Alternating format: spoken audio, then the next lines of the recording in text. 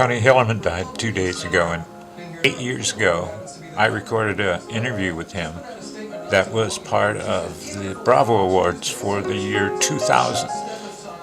And it's fun to look back and see that interview. I guess I'd have to admit that writing attracted me because I began to dawn on me I wasn't good at anything else. I came back from World War II.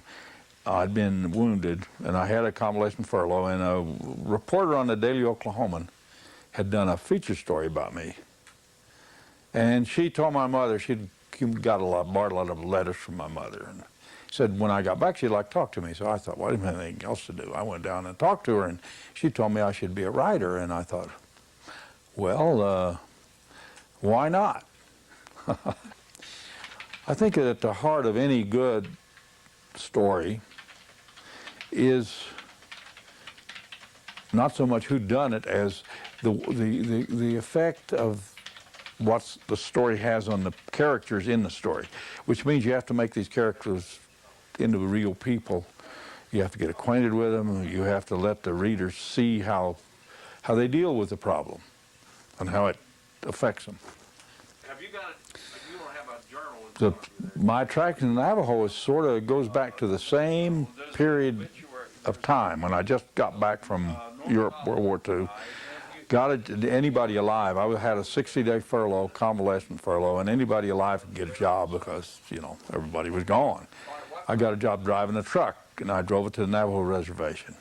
And I'd grown up among Potawatomis and Seminole Indians, went to an Indian school. On this trip, I almost literally ran into a Navajo curing ceremonial. I got a chance to see part of that, and I was tremendously impressed by it. And got interested in Navajos, and it's a fascinating culture, and we could learn a lot from them. I think Albuquerque is absolutely the ultimate best place in the world to live if you're a writer. It has some problems because it's growing too big. We moved first to Santa Fe. We lived there, 11 years or so. And Santa Fe is beautiful, but Santa Fe is Santa Fe. Albuquerque has a good airport, and it has the University of New Mexico, and which is wonderful. I mean, it's got a good library, and I like this town.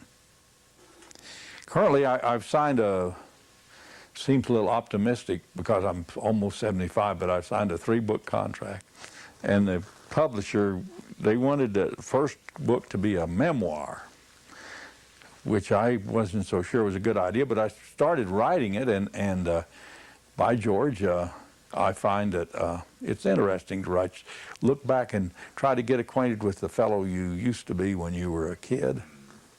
And anyway, I'm working on that. It's about, I think I'm up to 28 or so now.